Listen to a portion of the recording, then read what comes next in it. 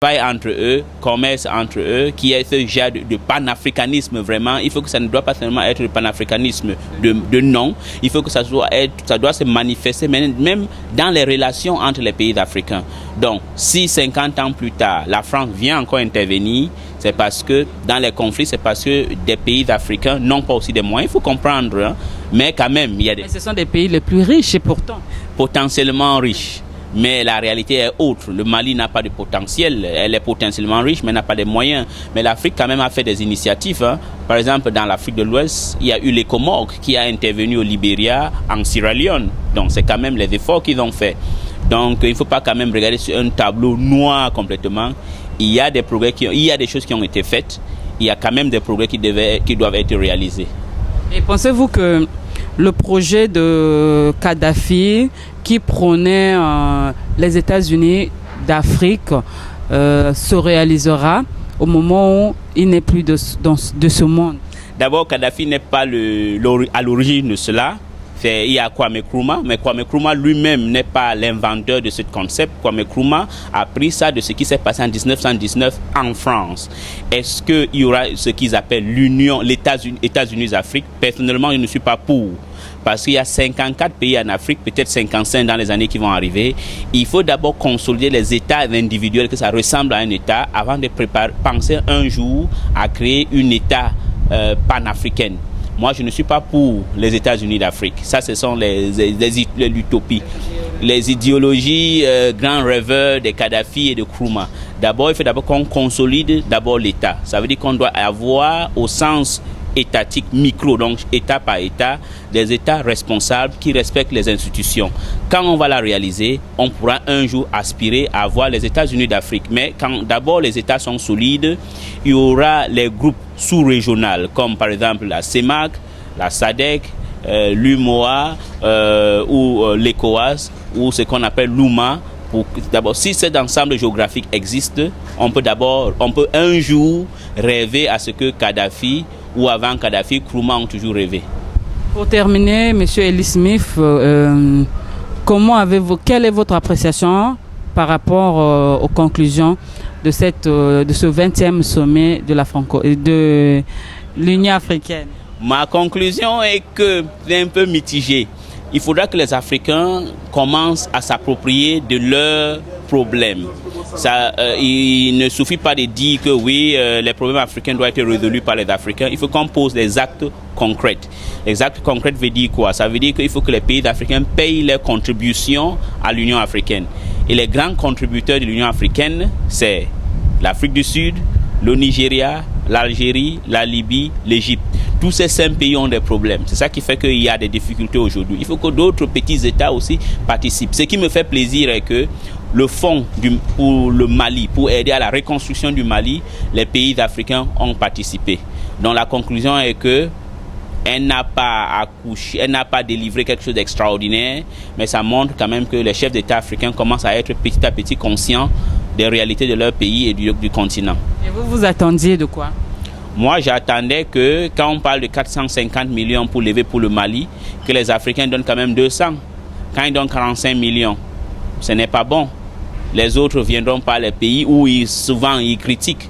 Il faudra qu'ils apprennent à être indépendants. Apprendre à être indépendant, ça veut dire avoir une certaine fierté de soi. Fierté veut dire qu'il faut quand même savoir mettre la main dans la poche et participer à ce qui nous concerne. Est-ce pour dire que l'Afrique sera toujours éternellement colonisée? Oui, il y a les Afriques qui seront éternellement colonisées, il y a l'Afrique qui ne le serait pas. Malheureusement, les pays africains... Oh bon, pour ne pas froisser les susceptibilités, un pays comme le Mali, c'est quand même désolant. Ils ne sont pas capables de contrôler leurs frontières. Un pays comme la République démocratique du Congo, qui est un pays en faillite, les gens vont peut-être refuser, ils sont incapables de résoudre les problèmes eux-mêmes. Il y a un pays comme la République centrafricaine. Ce sont des pays qui sont des pays en faillite sur le continent, c'est un peu comme la Somalie. Et puis, il faudra aussi que dans les pays francophones, ils apprennent à aimer leur pays, à avoir un amour propre, à chaque fois aller pleurer auprès de la France, et les mêmes qui viennent dire que la France leur colonise. Il faut qu'ils apprennent un peu des pays anglophones. Si tu vas dans un pays pauvre comme le Malawi, ils sont fiers d'eux-mêmes. Donc, il y a des pays qui vont avancer. comme l'Afrique du Sud. Je ne voudrais pas beaucoup parler de l'Afrique du Sud ou du Nigeria, parce que c'est des pays qui ont quand même quelques bases économiquement solides. Je vais parler des pays comparatifs, comme la Centrafrique et le Malawi. C'est presque les pays très pauvres. Mais le Malawi, pourquoi ils sont capables, potentiellement riches aussi, mais pourquoi le Malawi est capable de dire que nous ne voulions pas l'aide de la Royaume-Uni? Et puis la Centrafrique va pleurer qu'il faut que la France vienne intervenir chez nous. Ça montre qu'il y a un problème. D'abord, leurs armées nationaux ne sont pas des armées nationaux, c'est des armées tribaux, tribales même. Il faudra que même dans la carrière au sein de l'armée africaine nationale soit des bonnes carrières et que les généraux ne sont pas les gens qui font du commerce, ils sont les gens qui travaillent vraiment au service de la nation.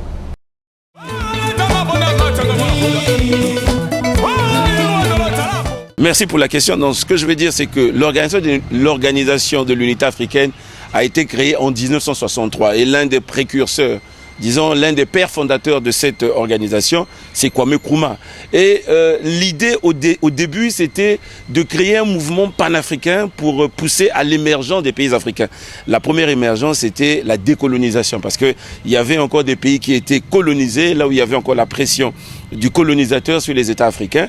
Et ces mouvements, l'organisation de l'unité africaine, justement, avait pour but de chercher à fédérer les États africains dans un mouvement d'ensemble pour apporter une autre façon de concevoir les relations internationales. C'est-à-dire que les Africains s'unissent afin qu'ensemble ils puissent lutter contre la colonisation, mais aussi essayer de construire une Afrique solidaire, une Afrique unie. Ça, c'était la vision de Kwame Nkrumah, c'était la vision de Jomo Keïta, et c'était aussi la vision des autres pères des indépendances, c'est-à-dire que des gens comme Léopold Sédar Senghor, Houphouët-Boigny, et aujourd'hui, bon, Kadhafi est venu après. Kadhafi est venu après parce que c'est Kadhafi qui a voulu en fait faire renaître cette vision des pères des indépendances. C'est Kadhafi qui a voulu faire renaître cette vision des pères des indépendances avec la création de ce qu'il appelait les États-Unis d'Afrique. À la vérité, les États-Unis d'Afrique, c'est un vieux projet de Kwame Nkrumah. Bon, aujourd'hui, est-ce qu'on peut dire que ce projet soit maintenant obsolète ou renvoyé dans les tiroirs? Je pense que quand on regarde l'évolution de l'Afrique, il y a quand même une évolution. La première évolution, c'est qu'avant, on parlait de l'organisation de l'unité africaine. L'OUA, aujourd'hui, on parle de l'Union africaine. Donc, il y a quand même eu un dépassement. Et les ambitions des États, il y a la majorité, sinon la plupart des États africains. Aujourd'hui, nous devons avoir maintenant 51 États africains avec le Soudan du Sud. La plupart des États africains sont maintenant indépendants. Donc, il n'y a plus la colonisation. Donc, et ils se créent. Il se forge ce qu'on appelle des mouvements régionaux. En Afrique, on a la SADC, on a la CEMAC, on a la CEDEAO. Ce sont des prémices pour aller vers cet État continental. Ce sont des prémices. C'est vrai que le chemin est encore long, mais aujourd'hui, nous avons vu, si les chefs de l'État ont eu à prendre le thème, c'est-à-dire la renaissance panafricaine, comme le thème de leurs travaux, c'est justement 50 ans après, il faut chercher à faire un bilan. Il faut chercher à faire un bilan et comprendre que non, mais les enjeux maintenant de l'Afrique sont ailleurs, parce qu'ailleurs on s'organise aussi en grande confédération, et je crois que les États africains ont tout intérêt à fédérer davantage leurs forces pour atteindre cette ambition de créer un pays continent, un État continent. Mais aujourd'hui, avec tout ce qui se passe en Afrique, quand il y a des problèmes, on fait toujours recours aux grandes puissances. 50 ans après, peut-on dire que l'Afrique est toujours libre ou colonisée? Oui, mais ça c'est le mal africain. Le mal africain, c'est-à-dire qu'on a des acteurs économiques, des acteurs politiques africains qui n'ont plus en fait totalement la vision des pères des indépendances. C'est pour cela qu'il y a quand même cet égoïsme au niveau de l'Afrique, parce que nous avons eu par exemple pour le Mali, ce sont les Occidentaux, c'est-à-dire que l'ancien colonisateur qui est venu apporter main forte au Mali. Et jusqu'à présent, nous voyons que les États africains ont du mal à respecter leur engagement, c'est-à-dire qu'on voyait les contingents, les troupes armées au Mali. Ici, manifestement, c'est cette vision-là.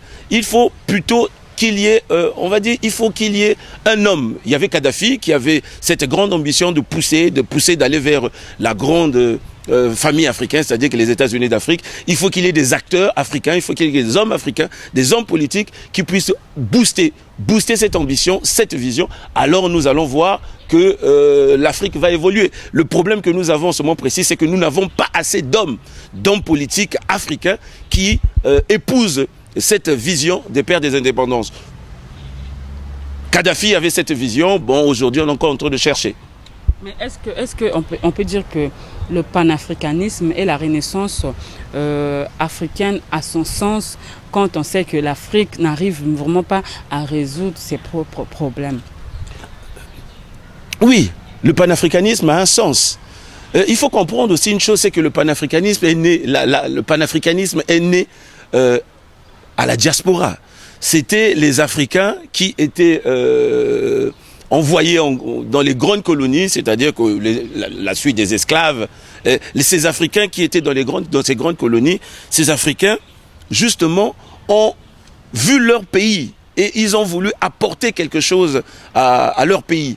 Et quand ils sont rentrés en Afrique, ils ont essayé, disons, d'emmener l'intelligence, ce qu'ils avaient acquis comme intelligence en Occident, en Grande-Bretagne pour Kwame Nkrumah et pour les autres, en Afrique.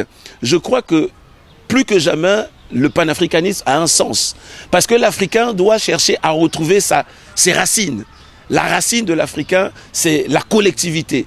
Et cette collectivité, nous allons maintenant, les Africains commencent à aller vers une société, on va dire, égoïste. Alors que non, les Africains sont de nature des gens solidaires et c'est même l'un des fondements du panafricanisme, c'est la solidarité. Parce qu'on voulait que les États s'unissent autour d'un idéal pour être plus forts. Et on a besoin que les États puissent s'unir autour de cet idéal pour devenir encore plus forts. Je reviens toujours sur la même question, mais autrement.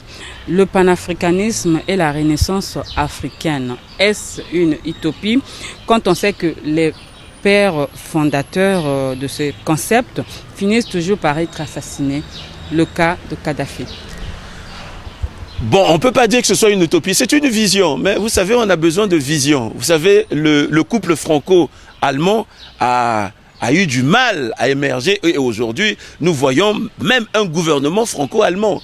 Donc, je pense que ce n'est pas une utopie, c'est plutôt aux Africains de comprendre qu'ils ont intérêt à s'unir davantage pour faire en sorte que les problèmes des Africains soient résolus par les Africains. Parce que le problème que nous voyons au niveau du Mali, c'est la limite justement de l'Afrique. Parce que pour le Mali, l'Afrique, on a demandé la contribution, par exemple, des pays africains, mais ils ont contribué à hauteur de 50 millions de dollars, ce qui revient à dire que pratiquement chaque État a versé 1 million, alors qu'un pays comme le Japon, à lui seul, a contribué pour le Mali à hauteur de pratiquement 120 millions de dollars américains. Ce qui revient à dire, il faut qu'il y ait une prise de conscience des dirigeants africains, mais je crois que c'est un problème aussi d'élite. Il faut qu'il y ait une nouvelle élite qui va épouser cette vision, parce que les panafricanistes, les premiers, c'était des acteurs qui revenaient de l'Occident, et nous avons besoin d'avoir de nouveaux acteurs qui vont épouser cette vision pour forger une Afrique forte. Je crois que ce n'est pas une utopie, c'est une bonne chose parce que dans toute chose, il faut avoir une vision, c'est une vision. Et 50 ans après, certainement, il faudrait aller plus vite au niveau, par exemple, de l'intégration sous-régionale. Et après les intégrations sous-régionales, on pourrait aboutir à cette intégration continentale qui fera que non, l'Afrique pourra parler d'une seule voix. Alors pour terminer, quelle est votre appréciation sur les conclusions du 20e sommet de l'Union africaine? Bon, mon appréciation, c'est que les Africains, par exemple, pour le cas de la RDC, ils n'ont pas pu tomber d'accord. Pourquoi? Généralement, pourquoi? Certainement parce qu'il y a des influences. Mais ces influences sont des influences extérieures. Ce ne sont pas des influences, on va dire, africaines. Justement, c'est la raison pour laquelle que les Africains doivent comprendre que leur avenir se joue non pas au sein des pays occidentaux, au sein des commissions internationales ou des organisations internationales, mais leur avenir se joue en Afrique. Aussi, il faut que les Africains puissent se réveiller afin que les problèmes des Africains soient résolus par les Africains. Nous profitons du micro pour saluer par exemple ce qui a été fait en Centrafrique, là où nous avons vu les États de la CEMAC se mettre, on va dire, en mouvement pour stopper la crise qui sévissait en RCA. Et on a senti une volonté politique qui a été exprimée et qui a été manifestée. Le problème des Africains, c'est qu'ils expriment des volontés politiques.